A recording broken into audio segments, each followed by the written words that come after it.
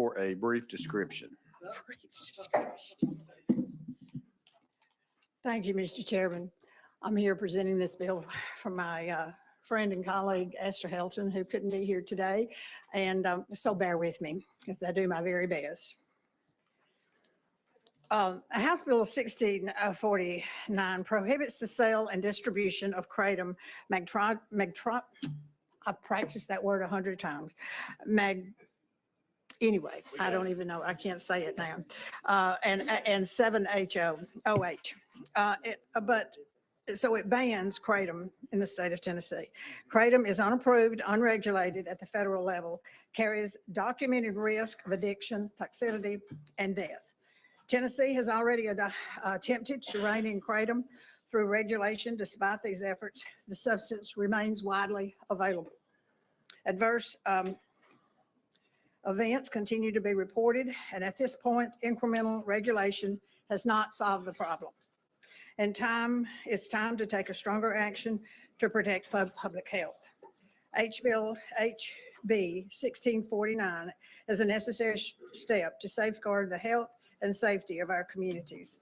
And I want to say that I ask for your support of House Bill 1648, and it is going to be called Matthew Davenport Law. And now I want to speak with you briefly on the financial impact. First of all, I want to tell you that the governor has fully funded this piece of legislation. The fiscal impact that is estimated is higher than we would believe the true impact will be. People buying or selling the semi-synthetics and synthetics are doing so illegally.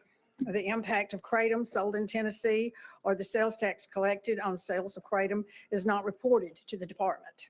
Bottom line, these numbers are not tracked. There's no way to know how much sales tax is received from kratom and how much kratom is being sold in Tennessee.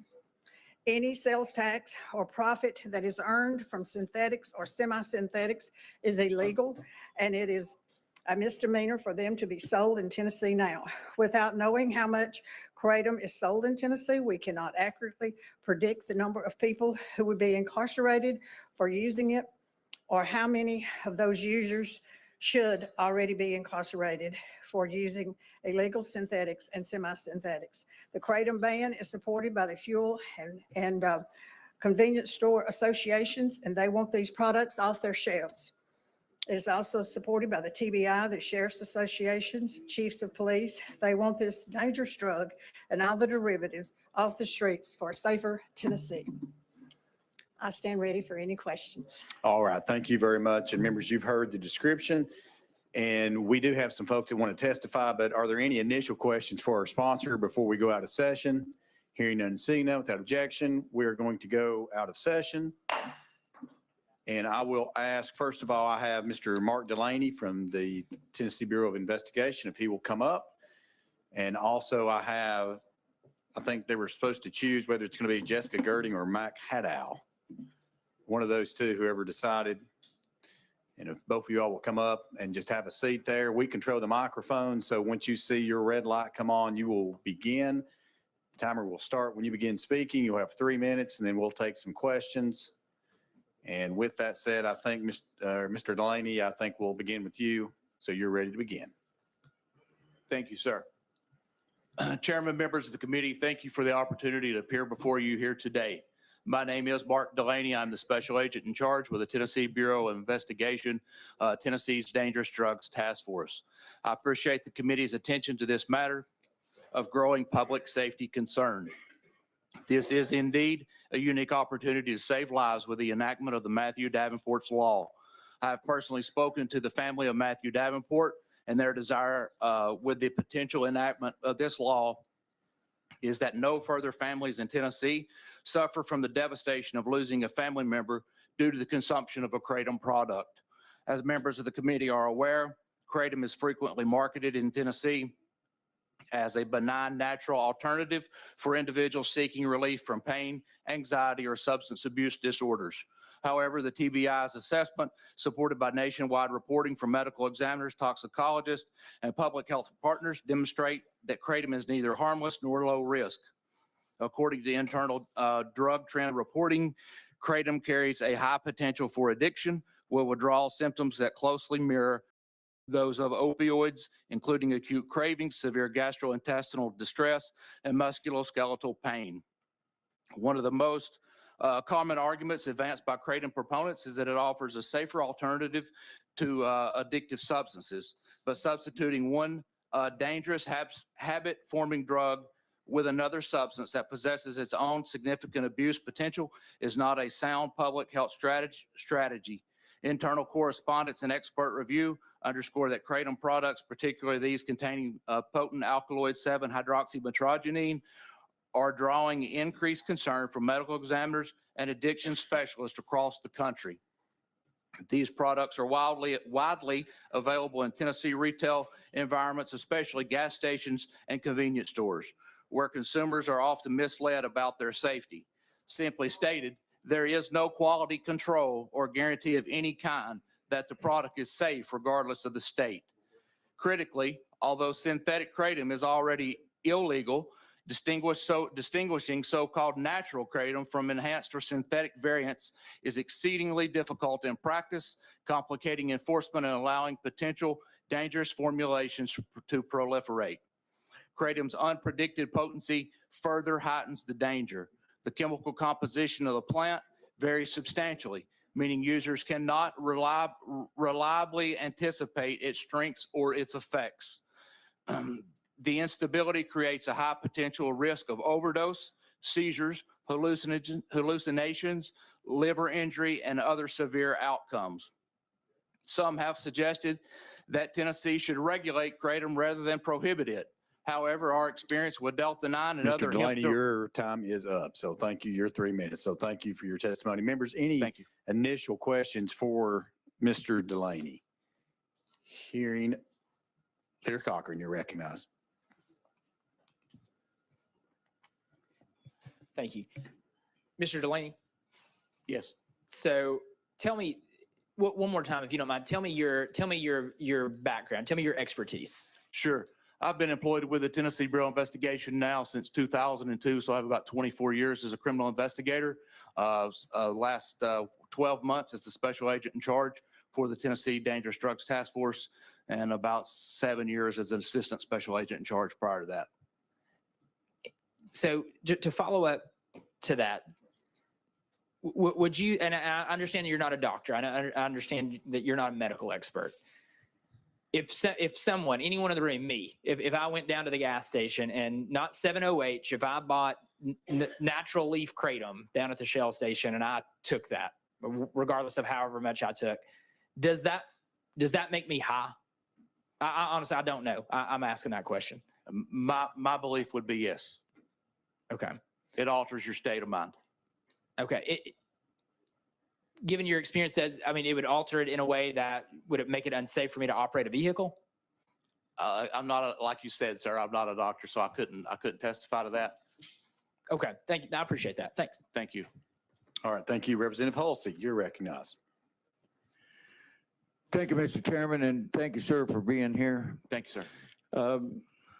I'm probably one of those that say we ought to regulate it more and get rid of the synthetic stuff. And the only reason I say that is not because of what I've read, but because of people where I live. I live on the end of the state that has the highest opiate addiction in the state and the highest deaths from overdoses in the state of opiates, synthetic opiates. It would never cross our mind to ban opiates, but that's why I have people who have not just contacted me since I've been here, but I have personal friends who say, please don't do this. I got off of opiates with this. I got a brother who got off of opiates with this. Please don't do this.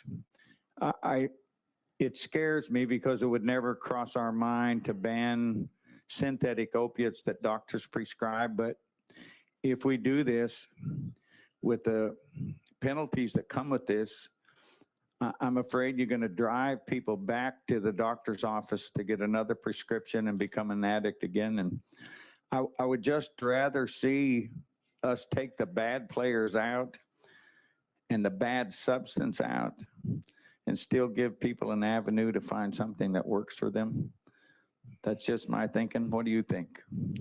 Sir, with all due respect, it's, you give a little, they take a lot, right? So we have to balance that act between an appropriate response.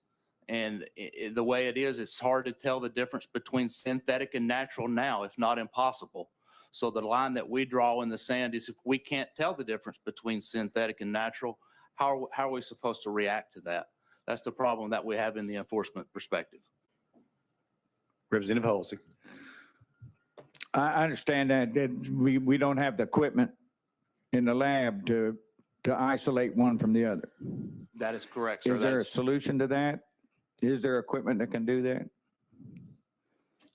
It is not my understanding that there is a accredited lab in the state of Tennessee that has the equipment to Okay. do that, sir. Okay, It is not. All right, thank you. Next on the list, Representative Grills, you're recognized. Thank you, Mr. Chairman. Just to follow up on his question, the difference between the natural and the synthetic, just give us your opinion of the difference between them and the impacts they have to an individual that's using them, or how they're good, bad, ugly, whatever they are. Sure.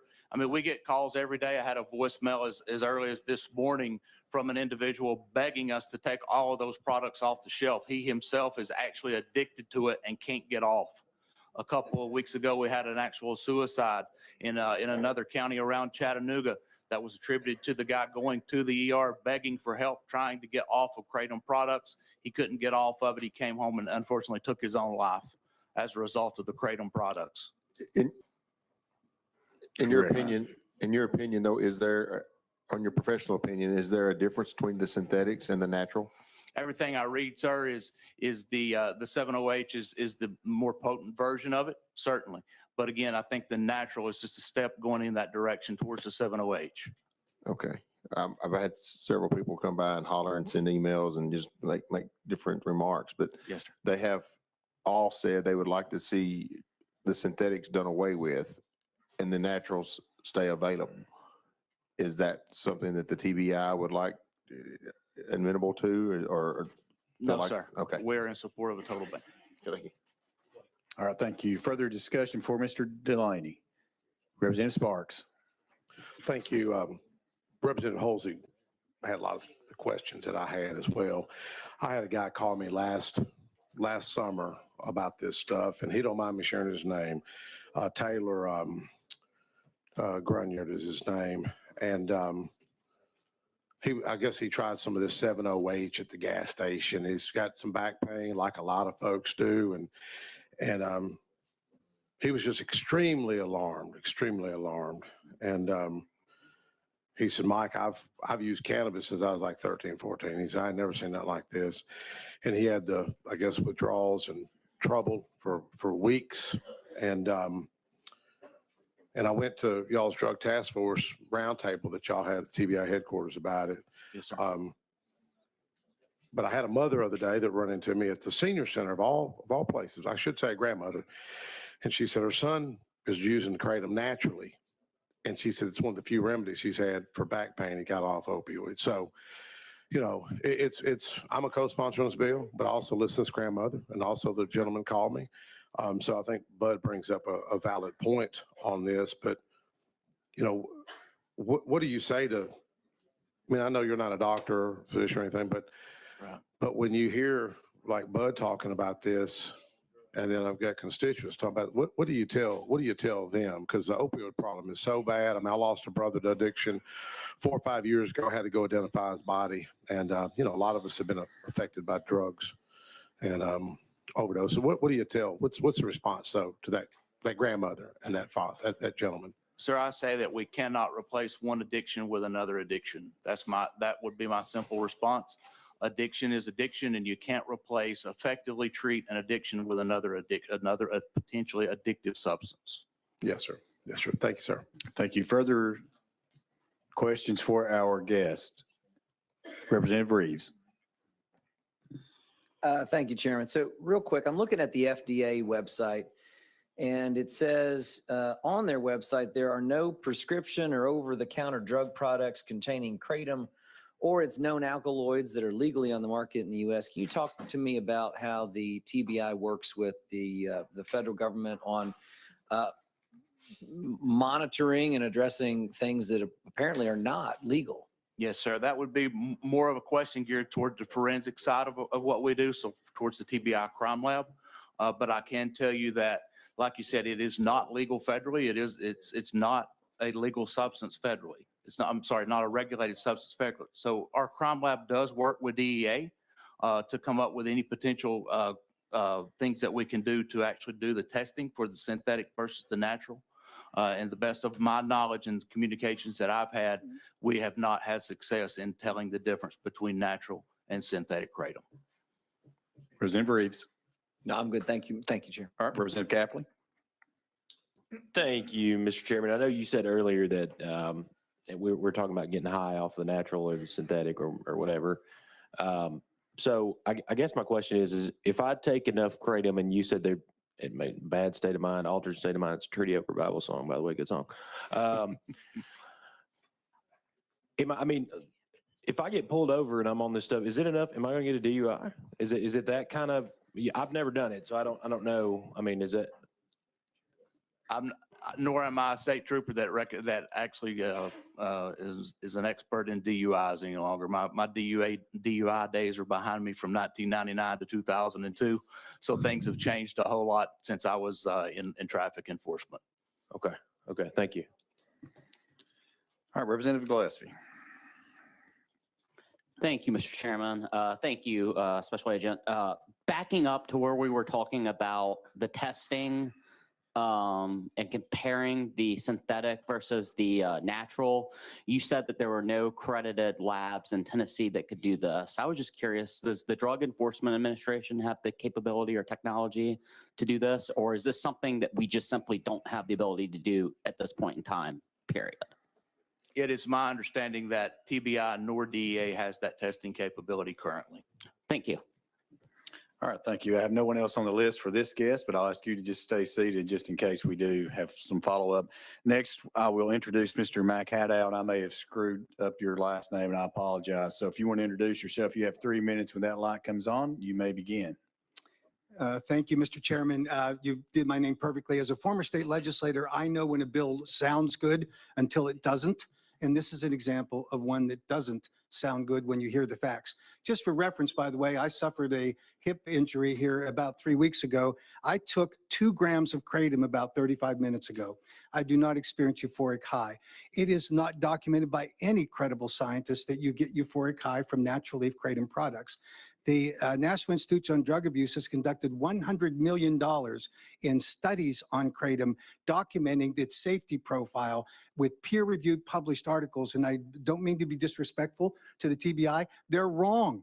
Because if you look at what the FDA is doing today, they are regulating kratom. It is true that there's no approved pharmaceutical benefit for kratom, and they will penalize anyone who markets it with a therapeutic benefit. But the FDA today regulates kratom, and look at what Secretary Robert F. Kennedy Jr. and FDA Commissioner McCary said in July of last year when they recommended the synthetics to be scheduled by the DEA. And they said that natural leaf kratom products are not our focus. And Commissioner McCary has been on repeated outlets nationally saying exactly that. Kratom is legal for sale in the United States today, and there is no federal restriction against it, and that's the fact. Importantly, the bill that you have before you today also has some other incorrect data. If you look at the fiscal note, the fiscal analyst looked at data that's available from the Substance Abuse and Mental Health Administration, which only looks at drug addicts, and they estimate that the number of Tennesseans who are using kratom today is only 38,000. If you look at peer-reviewed published literature funded by the National Institute on Drug Abuse, it says that the prevalence of kratom consumers in the United States, of which there are 24 million, is over 500,000, not 38,000, as the fiscal estimate does it. So if you look at your amended fiscal note, instead of the $1.2 million, which is funded by the governor's office, it's $10,675,000 for the state and $4,355,000 for state and local people from loss of sales tax revenue from the legal sale of kratom products. And then if you go into the incarceration side of it, those costs expand dramatically. And what's missing from this is look at what happens as Dr. Jawad in the first Trump administration, when he rejected the kratom scheduling submitted to the DEA, he said you'll have a dramatic shift of people using kratom onto dangerous opioids, and that has a cost factor. And that cost factor could be as high, using your data from your Tennessee agency, as high as $1 billion. Not factored into this. There is no reason to ban this product, and the fiscal note is so defective that it requires you to reevaluate this. Let's study this. Let's come back next All year right, thank you with a very good much. bill. Your time is up. Thank you. All right, members, any questions for this guest? And we'll start with Representative Miller. Thank you, Mr. Chairman. Again, are you doctor? I didn't get your name and exactly what you do. I'm sorry. I'm the senior fellow on public policy with the American Kratom Association, formerly chief of staff, Department of Health and Human Services during the Reagan administration. Tells you how old I am. And I worked in the dietary supplement, botanical supplement space for 50 years. Mr. Representative Chairman, thank you. Did I understand you to say that you had just taken I took kratom? just over 2 grams of kratom about 45 minutes ago. I don't think I'm euphoric. Well, no, I'm just getting to what this bill is saying is that based on this bill and the language, he could be arrested. Is that? If the bill passed, right? Thank you for your presentation. All right, thank you. Next on the list, Representative Capley. Thank you, Mr. Chairman. And going back again to synthetic versus natural, can you kind of break that down for us and what the difference is? Is it an opioid? Is it what are we dealing with here? Mr. Chair, members of the committee, thank you for that question. Commissioner McCary of the FDA defines 7-hydroxymetrogenine as a full-blown opioid because it is chemically manipulated from the trace amounts of 7-OH that occur in the natural kratom plant. So it is by definition an opioid.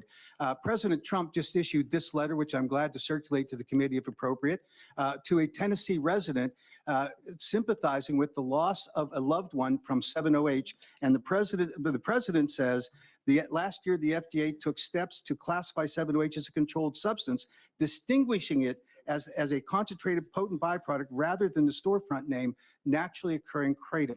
The FDA recognizes it, NIDA recognizes, the President of the United States recognizes it. I hope TBI recognizes it too. And by the way, you can test for the difference. It's easy. It's not difficult.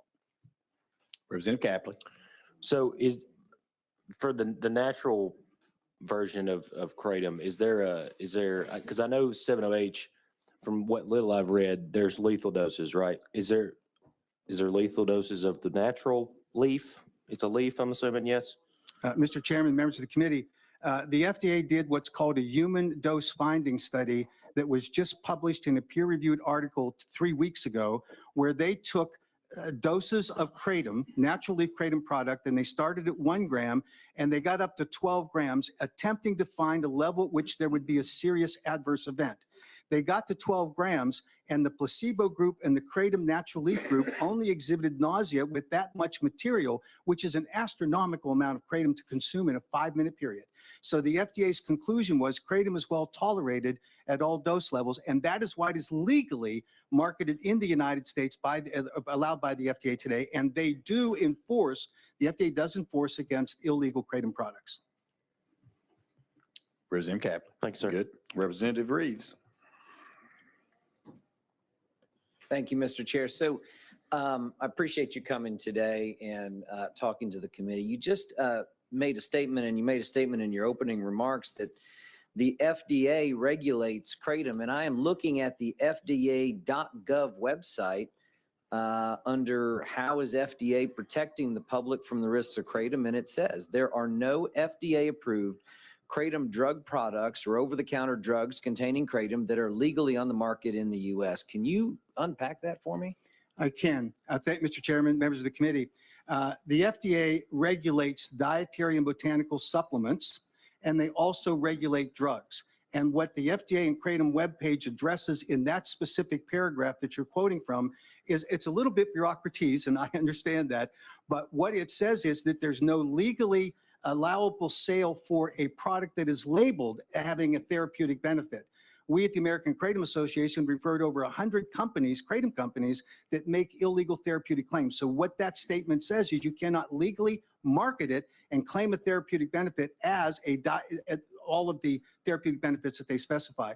But you can, going through what's called the new dietary ingredient notification process, which requires a kratom company to document with scientific evidence its labeling and its appropriate safe use in the formulation of the product. And there have been 11 companies that have done so, and they are legally on the market today.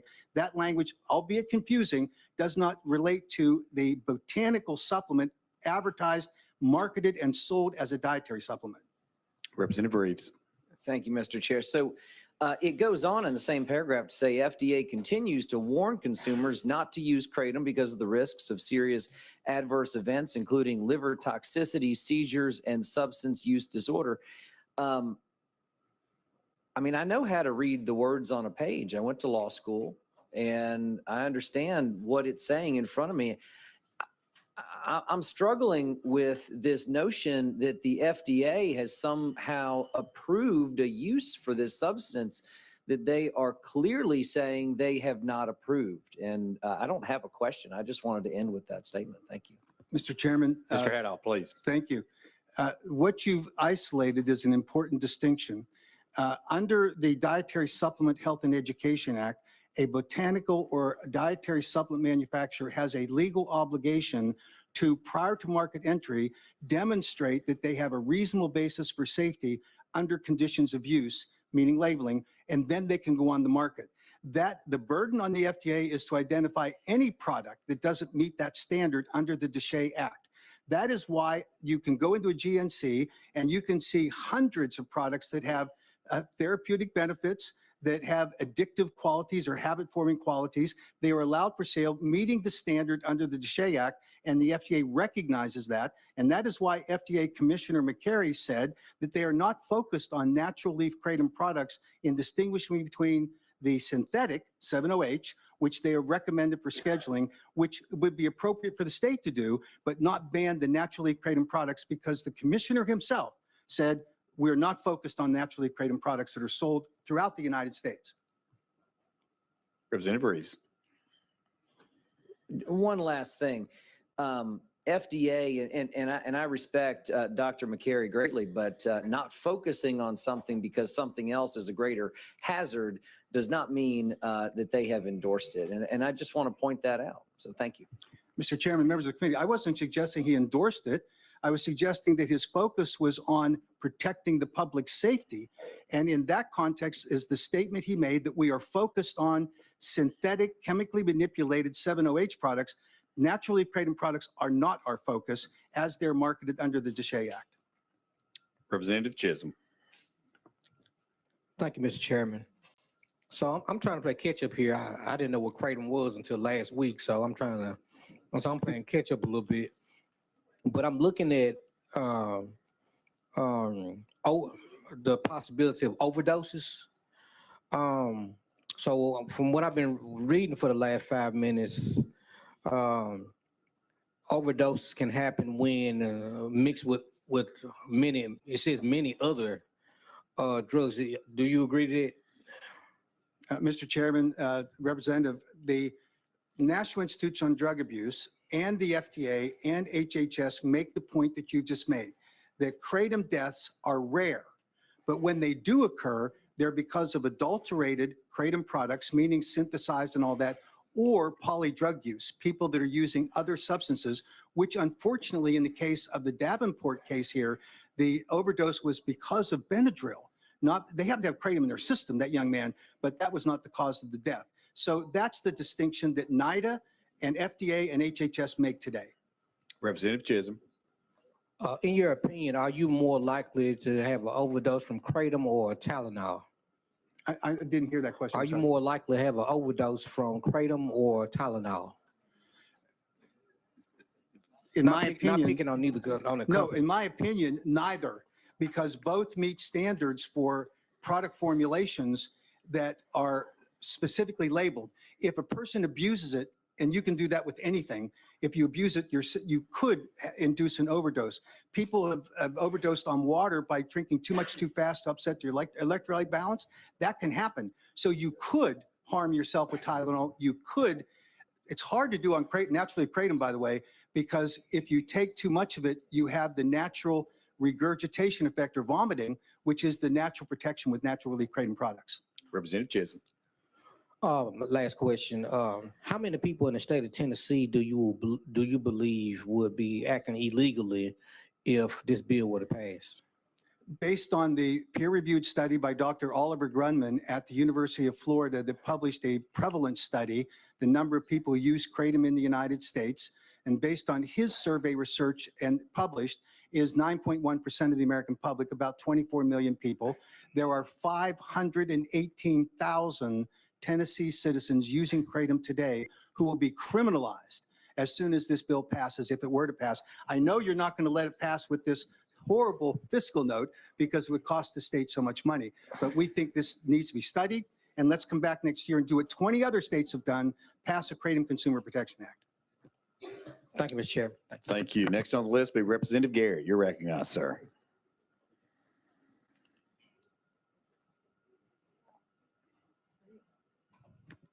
Thank you, Mr. Chairman. Thanks for being here.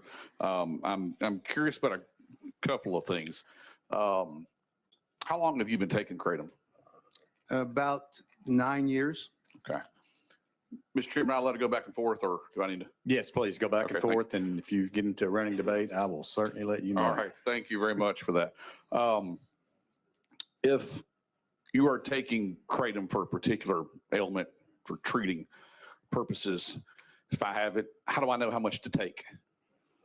So a product to be on the market legally in the United States and here in Tennessee has to have a recommended serving size.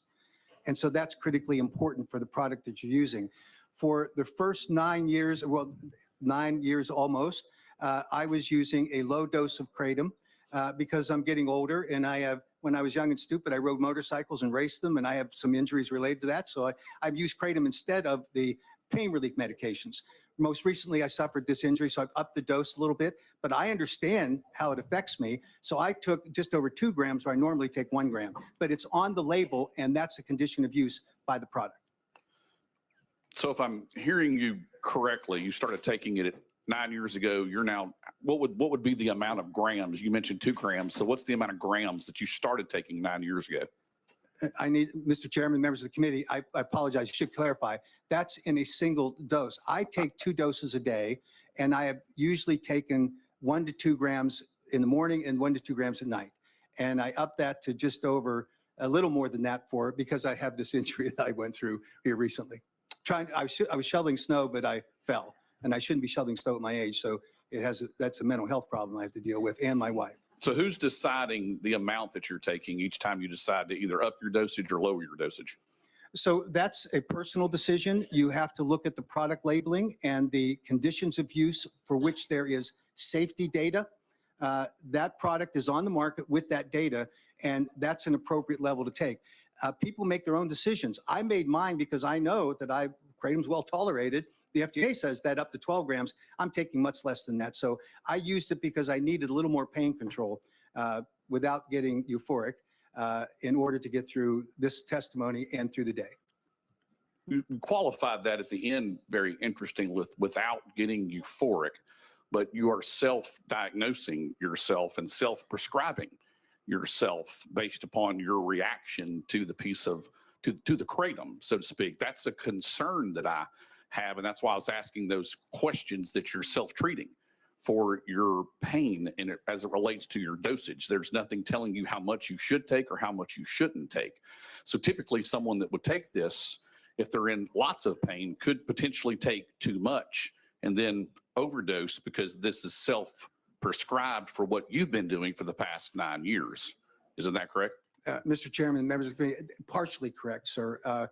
The studies that have been done, funded by the National Institute on Drug Abuse, specifically done by Dr. Chris McCurdy at the University of Florida, document that you can't harm yourself because it has a natural sealing effect, kratom.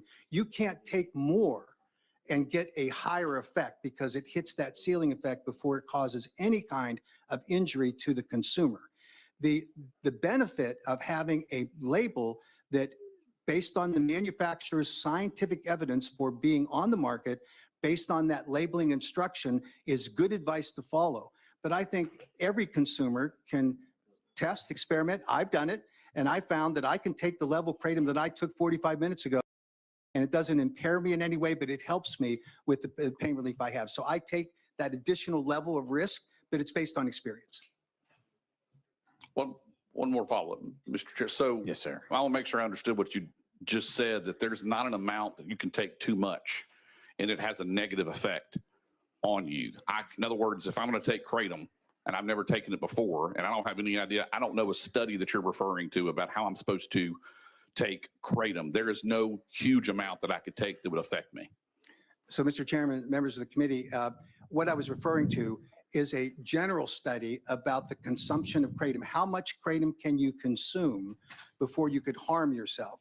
And what Dr. McCurdy's study says, there is no such limit. It has a ceiling effect. So this isn't product specific, it's about kratom. So you could take a portion of kratom sitting in a dish in front of you and consume it, and at some point you would vomit it before you would have any health effect that would be negative as a serious adverse event. That was what the research showed. Thank you, Mr. Chairman. Those are all my questions. Thank you, Representative Shaw. Thank you, sir, for being here. Just one question. Would you agree or disagree that 2 ounces of kratom would affect you differently from the way it affect me? So, Mr. Chairman, members of the committee, are you talking about body size or are you talking about age? There are a number of factors that are there, but the bottom line is that a manufacturer has an obligation to determine what the safe amount of kratom in a labeling direction, serving size, is, and that would be generalized to the entire population. So it has a safety factor limit in it. They're not going to prescribe anything different between you and I in that labeling instruction, because that's what the scientific data has to demonstrate to enter the marketplace. I don't mean prescribing. I mean just simply putting it, any medication would affect you differently from the way it would affect me. Would you not agree to that? Mr. Chairman, members of the committee, I of course would agree with that. And that's why the product labeling instructions are so important, that when you take that, you know what the experience is, and you know whether it affected you adversely or not. You might want to take it less. You might be able to tolerate a little more. And that's true for every dietary supplement and botanical supplements on the market today. All right, thank you, Representative Boyd.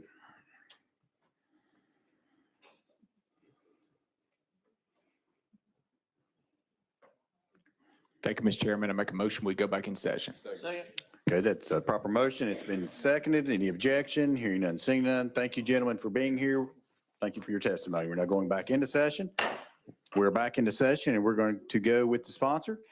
And Representative Rudder, you're recognized for any follow-up. I would like to point out one thing, and I know this has been a lengthy conversation, but I think it's important to note that the industry only began advocating for regulation when a ban was proposed. Prior to that, it did not raise concerns about the dangers of synthetics in Tennessee. The food is, as we've talked about today, the Food and Drug Administration maintains their stance against the use of kratom and natural synthetics, stating it is not a safe dietary supplement. It has no approved medical use. It carries significant risk. It is illegal to market and to add to food. The Center of Disease Control states that kratom is emerging as a public health threat for potential overdoses, addiction, and contamination, lead and salmonella. The Drug Enforcement Agency lists kratom as a drug and chemical concern with potential for abuse and safety risk. The following, that support a total ban of kratom: Tennessee Medical Association, Tennessee Association of Alcohol, Drug, and Other Addiction Services, Council for Drug, Alcohol Abuse Services, Aspel Recovery, Friends, House Ministry, the TBI, the Sheriff's Association, the Chiefs of Police, the Tennessee Fuel and Convenience Store Association, Adults and Teen Challenge, and the Foundation for Drug Policy Solutions. With that, I ask you to please support a total ban of kratom in the state of Tennessee. All right, thank you for this. And we have someone that wants to ask a question to our sponsor. So we're going to go with Chairman Hawk. Chairman Hawk, you recognize. Thank you, Mr. Chairman. Not as much a question, more comments. I've been here a long time, and I always find it interesting. Opponents of legislation will always try to deflect and confuse and put doubts in our minds. And I probably shouldn't tell this on myself, but we're talking about serving size. And a box of Cheerios has a serving size on those, but I had 3 times what I was supposed to have in Cheerios this morning. So we can certainly go beyond those serving sizes whenever we do something that we like. I'll put it that way. Rest assured, ladies and gentlemen, kratom is neither low risk or harmless. I believe that's what I heard the gentleman from the TBI state. There's a handful of regrets that I have in service here in this legislative body. 2017, 2018, I sponsored legislation that was termed the Tennessee Together Plan, and trying to deal with drug addictions in many different areas and opioids and the like. And at that point in time, 2017, 2018, we had kratom included as an illegal substance to be removed from our shelves in Tennessee at that time. I was allowed to be talked into keeping kratom in the marketplace at that time. I don't want to make that mistake a second time. I strongly support this legislation. I think it is the right direction to go for Tennessee, and I'll be voting in favor. Thank you, Mr. Chairman, members. Thank you, Chairman Thank Hall. you. Next on the list, Representative Gary.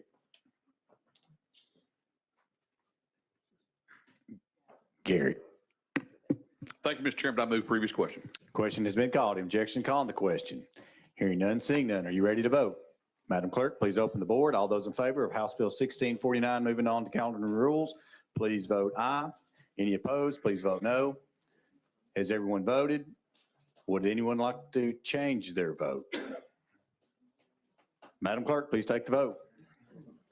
Mr. Chairman, you have 25 ayes, 2 noes. The ayes do have it. House Bill 1649 moves on to calendar and rules. Thank you, Mr. Chairman and committee. Thank you. That brings us to item number 3 on our calendar. It's going to be House Bill 1751 by Chairman Howell. You have a motion and a second. Sir, you're recognized for a brief description. Thank you, Mr. Chairman. House. Well, I knew that was going to happen. Yeah, we knew it. We fucking knew it.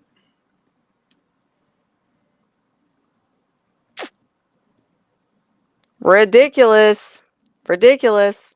Ridiculous. I don't even know what to say about it, man. Wherever Mac got that letter from Trump, they Yeah. stated that Trump, the president of the United States, was distinguishing between 708. Well, I forgot exactly what he said, honestly. I have to rewatch that part. But apparently, President Trump sent a letter to a family that lost their loved one or what have you to 708. I ain't trying to get political, so do not get political in the comments at all.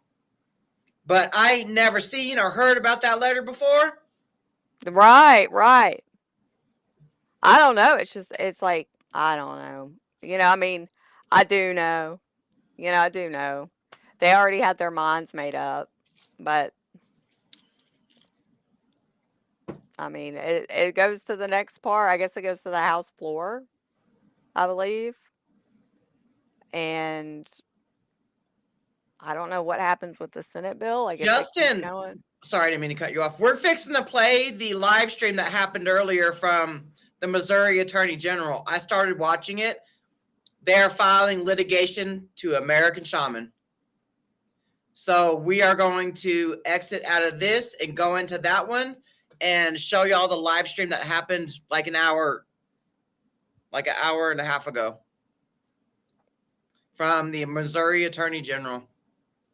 No, this isn't the last hearing. I think there's either going to be one more, I guess, because, the House. I don't really know. I know that this is not the last hearing, though.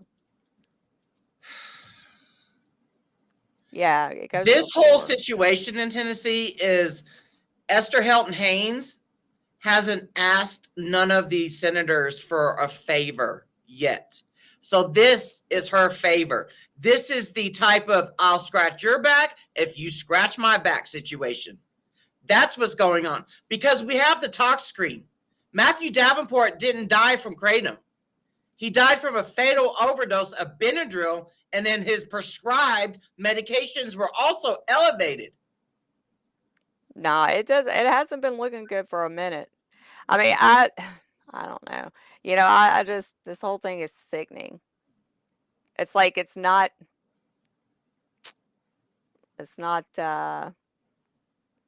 being done the right way. You know what I mean?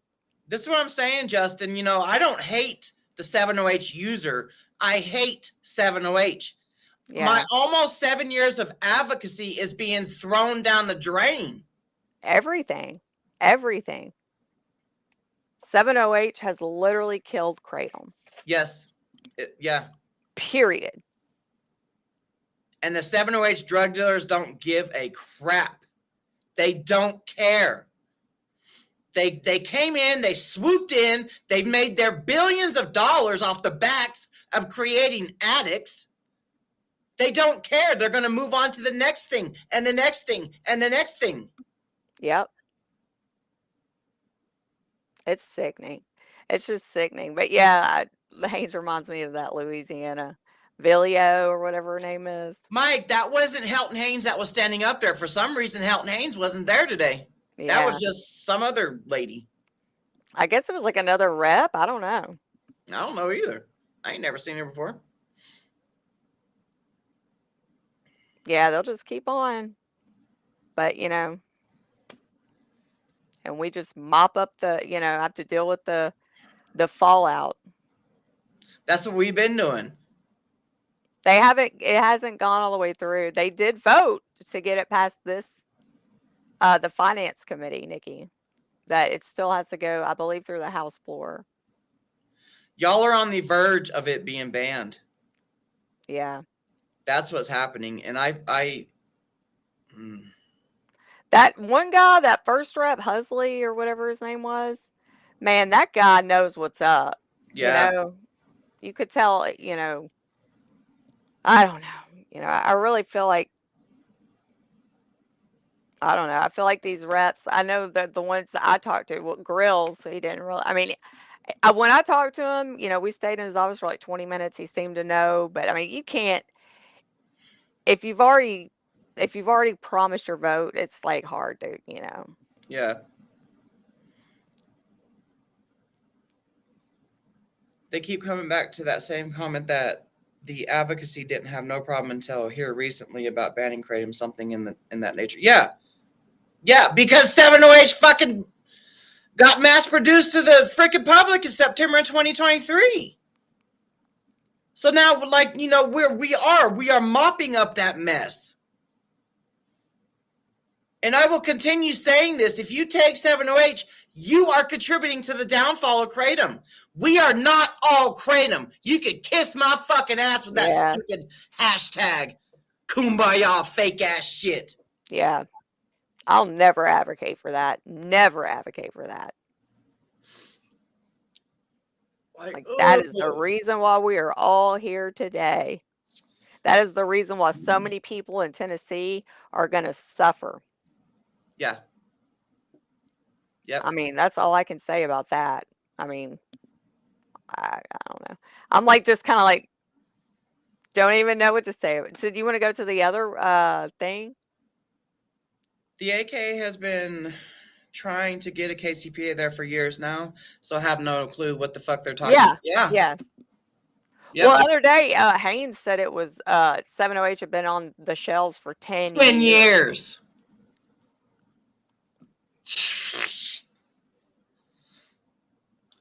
Okay, so we're going to exit out of this stream. So y'all come right back because we're going to show the Attorney General of Missouri's live press conference that she had. It was an hour and a half ago that she did it. So Yeah, this should be interesting. yeah. I mean, wanna it see what starts they off say. good, but then they start conflating the two, and it's like, God damn it, man! What the hell?